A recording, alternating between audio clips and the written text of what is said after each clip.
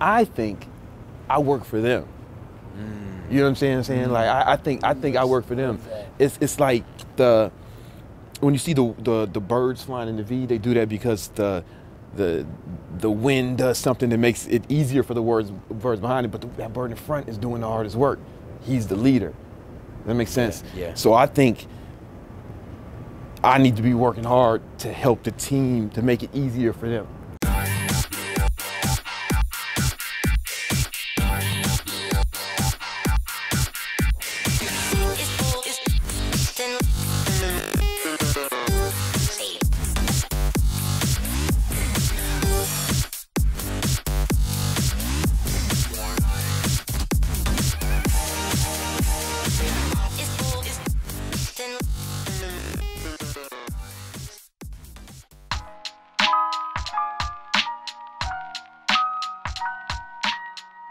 Check it out, guys. New episode of Leaders Create Leaders. In this episode, we're gonna meet up with my homie Brandon Carter. He's one of the top fitness creators and experts right now on YouTube and as a personal brand. But before he really built his business and built out his brand, we're gonna go into his backstory, how he grew up on the south side of Chicago, and he talks about growing up, it definitely wasn't easy. In fact, he felt like there was no hope. Growing up, I'm from south side Chicago, right? And you know, it's just you know, what you hear about is true, right? Like it's a harsh environment, and it was difficult, man. A lot of poverty, and it just feels kind of hopeless, you know. I know you're from Jersey, right? Yeah. So you know, it's like in those kind of areas. I think the worst part is like the hopelessness, you know. And when I go back, I know those kids don't feel like they can be hedge fund managers or you know they're going to be successful or even alive, right? So I didn't have a lot of big dreams or anything until I got sent away to military school. I got into some trouble. I got sent away to military school. And what happened was I was the only, one of the only poor kids there. And it was a bunch of rich kids. It was expensive. Really? And I was there on some sort of scholarship or whatever. And my roommate at the time, he had he lived in Wisconsin. It was outside Milwaukee. He lived upstate Wisconsin. So I went home with him a weekend, and there were big mansions, and he had his family owned horses and stuff like that, and things I'd never seen in real life. You know, something about being around it, the proximity, it makes you feel like, oh, wait a minute, it's just real. It's not just the television. You know what I'm saying? And that was just a turning point for me. It made me want to go for more, right? And I was thinking, well, now I got this similar opportunities as these rich kids had being there. So I started applying myself to school. I got into the college I wanted to go to, Howard University. And then, you know, but I was always a trainer. I started working out at the same time. And I noticed how that helped me too. That helped me develop more confidence and more drive, you know. And I think when you start working out, and you have to make all these little promises to yourself. You have to commit to training every day, to eating right, getting enough sleep, and you make all these little promises to yourself, and then you start to believe in yourself once you keep those promises, right? It's like a trust, and then that makes you more confident. So I started to feel like I could do more, you know? And because before then, you kind of had a little bit of lack of confidence, and that was an outlet for you. I know a lot of people, it's like an outlet. For me, I love cooking. For some odd reason, you know, I love cooking. There's certain things I love, sports, right? Basketball, you know. Was fitness an outlet, or was it something that was more of a passion? When did you? Nah, it was. You know, so okay. I got in a lot of trouble back home in Chicago. Yeah. Because I was the only light-skinned kid, you know, at all black school, and they would call me white boy, and they would beat me up. Yeah, I could get robbed and stuff. Then I got sent to military school. I'm the only black kid, and that came with its own unique set of challenges. And I was getting a lot of fights, and I thought, man, fuck this. I started working out more to get better at violence. You know, I wanted to defend myself. Yeah, but then what happened was, man, they stopped messing with me, right? It wasn't because the size. It was more. I think it's that confidence. It changes who you are. Yeah. And that's what made me decide to become a trainer, because I started, instead of them kids messing with me, they started asking me for advice. And I started helping them. Then I got certified when I went to college, and I've been training people ever since. And you know, that's kind of what led me here. I mean, but there's a lot of stuff that happened in between. You know, before Brandon really found success, we're gonna talk about a story that literally changed his life. And believe it or not, I'm actually gonna tell a story as well that I've never told before, and how it really truly allowed us to make a choice that put us on a completely different path. that led us to where we are today. Started making a lot of bad choices, and then I decided that I needed to start making the right choices. Got it. Well, what made you decide that? Because I know what made it for me, but I want to know what it made it for you. Yeah, I mean, for me, I think it was, I'll be honest, that's why I relate to you. Yeah. I almost got in trouble, and this was like a breaking point for me. And I got pulled over by all these cops. I thought I was gonna go to jail. And Why? What was he doing? I was hustling weed. Okay, right. I was trying to get it out of you. Fucking get it out of here. So I was hustling weed. It wasn't like anything too crazy. Yeah.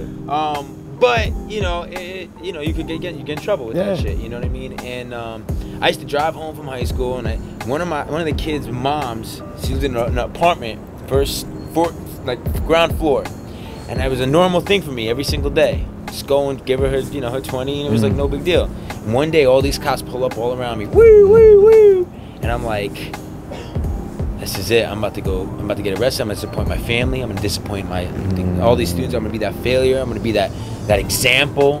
What is this gonna look like for my whole life, bro? But like quickly, my reaction was I had tinted windows. It was my friend's mom, the kid I was going to high school. So I called him up. I'm like, yo, Wally. It was his nickname. Yo, the cops are here. You gotta come outside right now. I'm telling them picking you up. And they hang up the phone, close. The cops are dun dun dun dun dun my window. Next thing you know, flashlights, lower my window. I'm like, I'm just picking up my friend. He came outside like, no, we go to high school together. And I kid you not, the other cop goes, not him.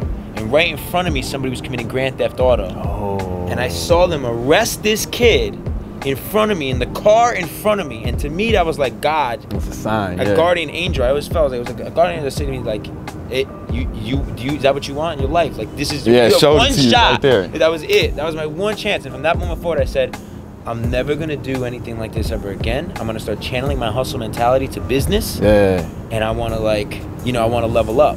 That was what really happened. That's the first time I really said that. You got that story. So you gotta open up to me now. So tell me like a raw breaking moment, a story, something that you haven't really shared or that deeply. All right. All right. So this was a long time ago. Okay. It was at least, with statute of limitations, at least 7 years ago. Okay. So at least. So I was we talked earlier. I said I was living in Miami for a little while, but it wasn't for like no good reason, right? You know, personal trainers, it's hard to make a lot of money. Yeah. I'm gonna be honest with you. So I told you I had these dreams, like big ambitions, but I didn't know the right ways to do it, right? You're a product of your environment. You become like people you're around. Yes. That's who I'm around, right? Yeah. I'm from Chicago, the South Side, you know. And so anyway, I'm in Miami, trying to frame this illegally. All right, you guys know the law, right? Yeah. All right, it's way past statute of limitations. I mean, way past. No reason for anyone to go digging around, researching this. And so I'm in Miami, and you know, so this stuff you can get in Miami that if you get it back here, you know, it sells for more. Yeah, of course. Right. If you can get it here though, you know, and that's the thing. So I was going, I was doing that for a while, going back and forth, but I needed a new I need a new supplier, right? Because something had happened to the one guy, and so it was me and my homegirl Keisha, right? Keisha was like a real. She looked like, imagine the toughest guy you know.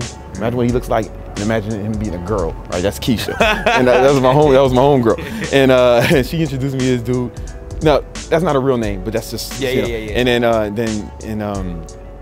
she introduced me to a guy who we'll call Ricardo. Okay. We'll just call him Ricardo for the purpose of this story. Yeah. And I didn't know him, but I knew of him. Right? He had a reputation in the Miami area, and so I went down there. To meet him for the first time. I had like, you know, a stack of money in my pocket, and I go in there, and we introduced him. We say what's up. We had made the arrangements. Yeah. So I sit down, like Keisha's like sitting where you are at the table. I'm sitting here, and Ricardo's at the edge of the table, and there's like a door in front of us. And so he wants to. We want to weigh it out, right? You know, because he's got to do it. We got into a little thing about whose scale we were going to use. I carried a scale in that line of work. Right. And so we ended up agreeing to use both scales. Yeah. All right, so we go in and that's what it was. And I was like, all right, cool. And I bring out the money, and I already counted, but I want him to count it in front of me so he couldn't say nothing later. Right. You know, so everything's cool. And then he starts counting the money. He's like, all right, cool, everything's cool. Like right when he said that, Mind you, we've been there for mad long. That door starts to open in front. Holy shit. Yeah, that door starts to open and it like opens like kind of slowly. Like, and then Ricardo, he dies on the table, like his whole body on it. No, on the table, covering everything. Yeah. And then Keisha stands up and like, she's like, yo. And then I stand up and I have something on me to protect me, and I have that just at the direction. Yeah. I pull out. It's at the direction of the door. Yeah. And it was I seen the person come in. It was his son. It was you know what I'm saying. And so I was like he died on it to stop him seeing it. Oh my God, you know what bro. I'm saying? It could have gotten so much worse. In like mad ways, right? And then I just felt, I remember he was wearing like some Transformer pajamas, holding a bear, and I'm like, fuck, this is not how I wanna live. Yeah. You know, this is not how I wanna live. And then, but shortly after that, my father committed suicide. Oh my gosh, you know, he was into some other things. Yeah, you know, it happens. And around the same time, one of my other boys, Esco, they found him in Jersey. He was shot. They shot up his car. They just found him in his car, dead. And he was in a similar line where, and I was like, man, everybody around me, you know what I'm saying? You become like people you're around. Yeah. Well, this is what's happening to the people around. And another one of my boys he's doing life right now, and yes, in Florida. So it's like, it made me just want to change everything, you know, and start. And then, what was that first thing that you did? Like when you really sit back and you start like analyzing it and you start realizing it, did you?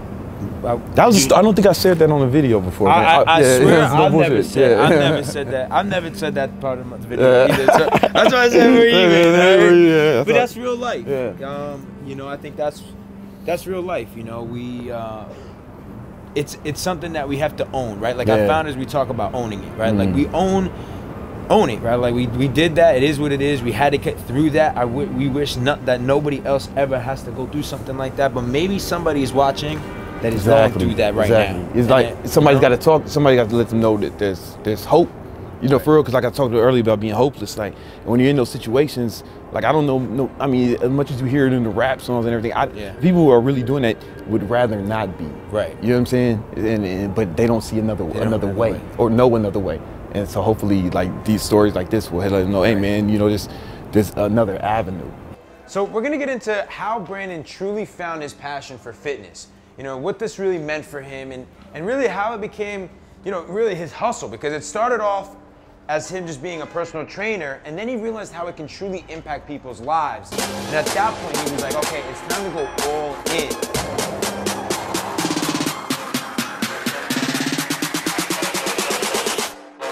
We'll keep going, keep pushing.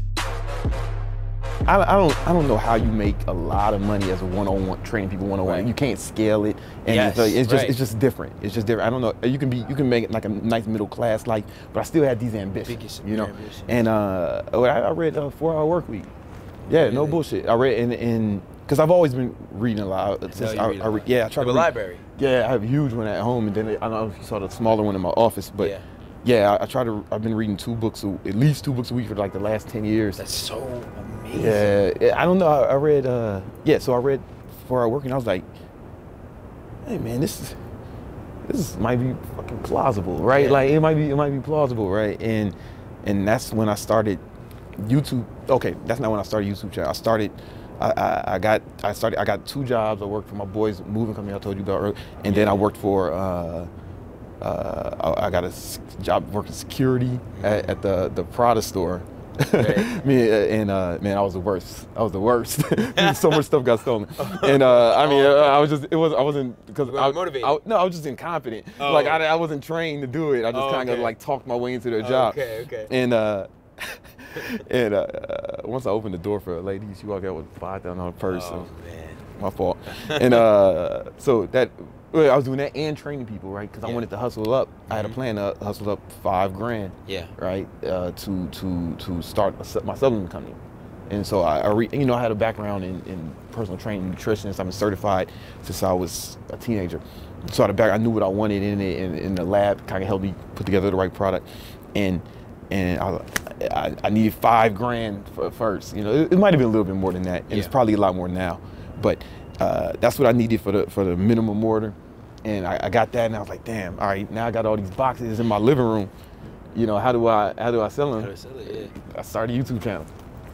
That's how I had a flip camera, and I started YouTube, man, and that blossomed. Did anybody inspire you? Or like, how did you discover YouTube? Like, what was it that you were like, I'm gonna go to YouTube? I was doing YouTube because okay, so part I left out. I always thought I was gonna be a professional musician. I always thought that's what I do. I played the guitar, keyboard, drums since I was a kid, and I thought I would, in some capacity, you know, there was a point where I was signed to Sony Records after college. I got dropped. Music producing. Yeah, I got dropped. Yeah, I got dropped when they merged with BMG. Okay. And then I was trying to do it on my own. And I was just putting the music on YouTube at first.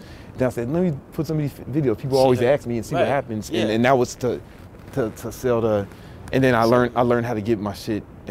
First I was just, the orders would start to come in a little bit, and it was very unsophisticated. You know, I think I might have just been, people had to send me their email, PayPal, and I was going to the post office. Manual. Yeah, I mean, as manual as you can get, you know, because it'd be a lot easier now, especially if I knew what I knew then. I mean, it's a lot easier now because of technology, but I'm also like a lot more knowledgeable. And then maybe about 3 years ago, honestly, I was like, man, I had my own studio, music studio. I said, I close it, and I was like, man, let me just go all in.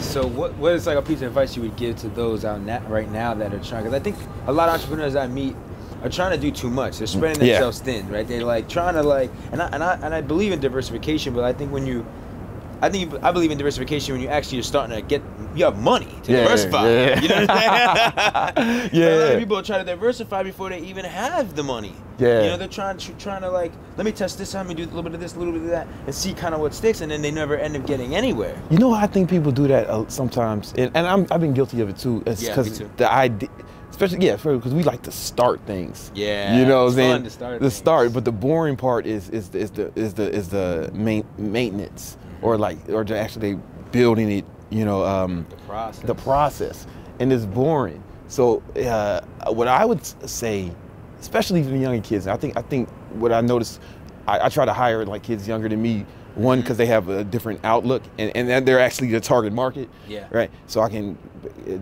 learn a lot from them as well. Yeah.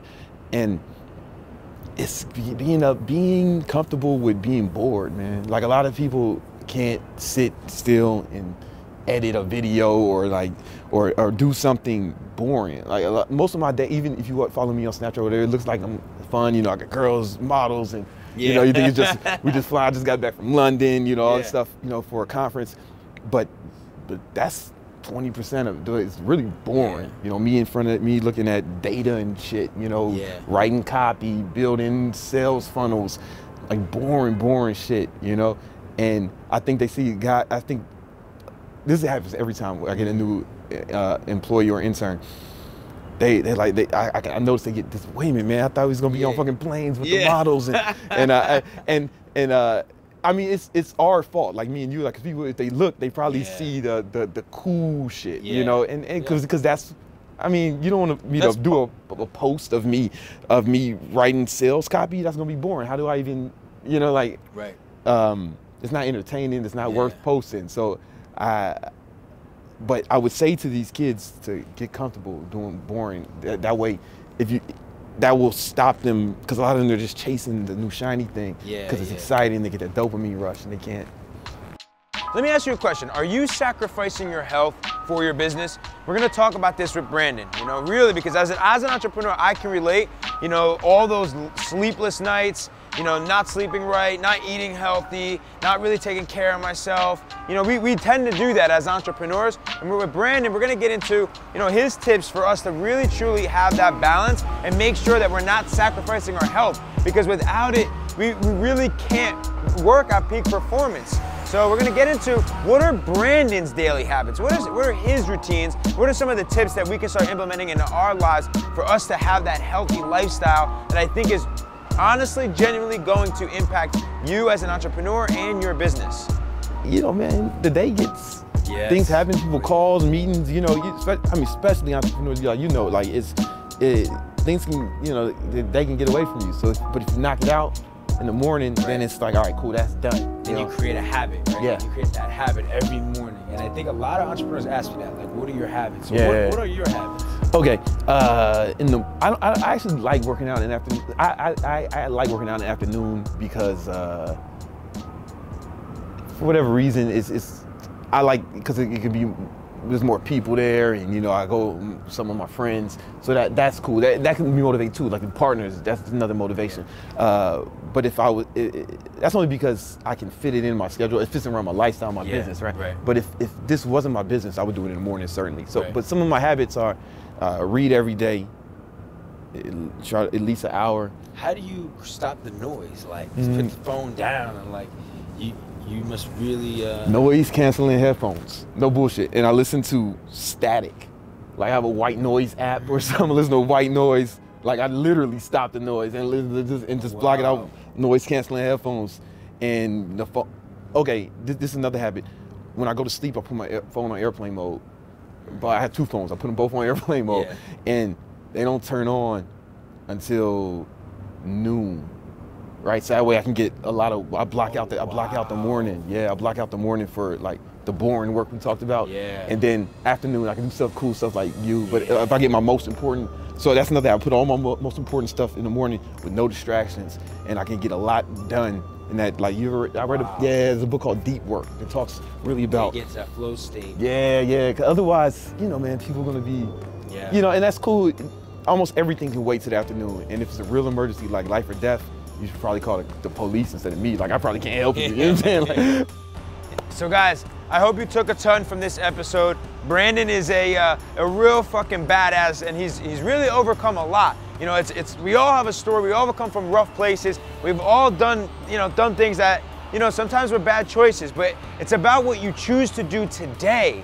Not about, you know, thinking about your past, thinking about what can you do today to set yourself up for tomorrow and for your future. And you know what? You never know what's gonna happen, but it's about getting back up every single time and fighting forward. You know, just recently something happened to Brandon that he never would have foreseen. He was doing a prank video in Austin. He got arrested, you know, and it was totally not justified. He's disappeared off of social media for some time, but you know what? He's back. So welcome back, Brandon. Thank you for sharing your story with our community. We appreciate it. I look forward to hearing about your comeback story this coming week. And guys, let Brandon know, give him a nice welcome, comment below, and appreciate all y'all for being part of the community. Peace.